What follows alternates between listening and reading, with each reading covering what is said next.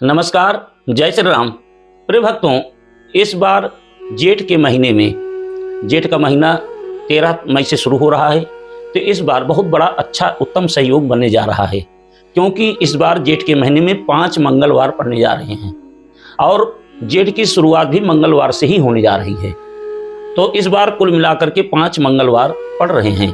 पहला मंगलवार 13 मई को, जिस दिन से जेठ शुरू होगा, दूसरा मंगलवार 20 मई को, और तीसरा मंगलवार 27 मई को, और चौथा मंगलवार 3 जून को, और 5वां मंगलवार 10 जून को पड़ेगा। तो जेठ के मंगलवार को हनुमान जी का पूजन से ही हनुमान जी महाराज प्रसन्न होते हैं। और इस बार तो बड़ा उत्तम मुहूर्त आ रहा है कि जेठ का महीना ही मंगलवार से शुरू हो रहा है। तो अगर इस जेठ के महीने में मंगलवार को हनुमान जी का पूजन आप करते हैं तो हनुमान जी निश्चित आपके ऊपर प्रसन्न होंगे, क्योंकि जेठ मास में मंगलवार के दिन भगवान श्री राम से हनुमान जी की पहली मुलाकात हुई थी। हनुमान जी पहली बार भगवान राम से मिले थे। इसीलिए जेठ में मंगलवार के दिन हनुमान जी महाराज अपने भक्तों के ऊपर प्रसन्न होते हैं। इस महीने में जल का दान करने से भक्त के सारे पाप धुल जाते हैं और उनकी समस्त मनोकामना, भक्त की मनोकामना अवश्य पूरी होती है। जेठ मास में पशु पक्षियों के लिए पीने के लिए जल की व्यवस्था अवश्य करनी चाहिए।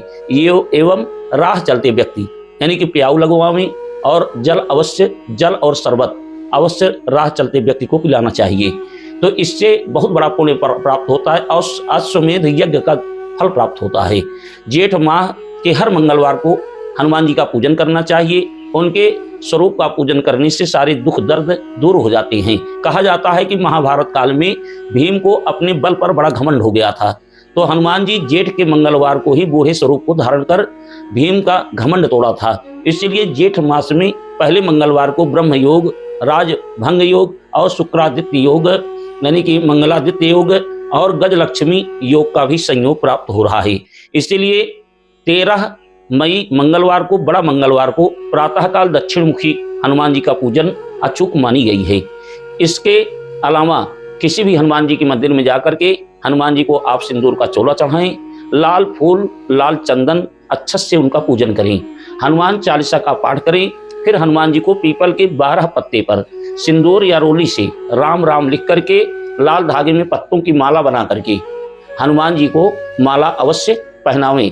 फिर जरूरतमंदों को जल, अन्न, वस्त्र का दान करें, प्याऊ लगवावें, रोट प्रसाद का वितरण करें।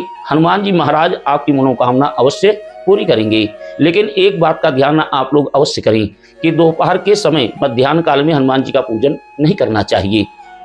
एक प्रश्न, यानी कि दीपक गुप्ता अड़गुआ अंतु प्रतापगढ़ की ओर से आया है कि क्या महिलाओं को हनुमान जी का पूजन करना चाहिए या नहीं। तो प्रिय भक्तों, हनुमान जी का पूजन महिलाओं को करना चाहिए। सिर्फ महिलाओं को हनुमान जी के प्रति श्रद्धा भाव प्रकट करने के लिए सिर नहीं झुकाना चाहिए और महिलाएं हनुमान जी का पूजन कर सकती हैं। आप एक हाथ जोड़ करके प्रणाम कर सकती हैं हनुमान जी को। हनुमान जी का चरण स्पर्श महिलाओं को नहीं करना चाहिए और महिलाओं को सिंदूर का चोला नहीं चढ़ाना चाहिए। हनुमान जी को सिंदूर न चढ़ाएं और न तो हनुमान जी को का चरण स्पर्श करें, उनको झुक करके प्रणाम न करें। सिर्फ हाथ जोड़ करके हनुमान जी को प्रणाम करें और ना ही महिलाओं को बजरंग बाण का पाठ करना चाहिए।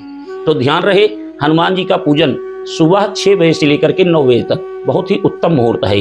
तो आप लोग प्रथम मंगलवार को 6 बजे से 9 बजे तक के बीच में हनुमान जी का पूजन करें और सायंकाल प्रदोष काल में 6 बजे से 9 बजे तक का भी समय बहुत अच्छा है। तो प्रिय भक्तों, आप सभी को जेठ माह के प्रथम मंगलवार की बहुत बहुत हार्दिक शुभकामनाएं।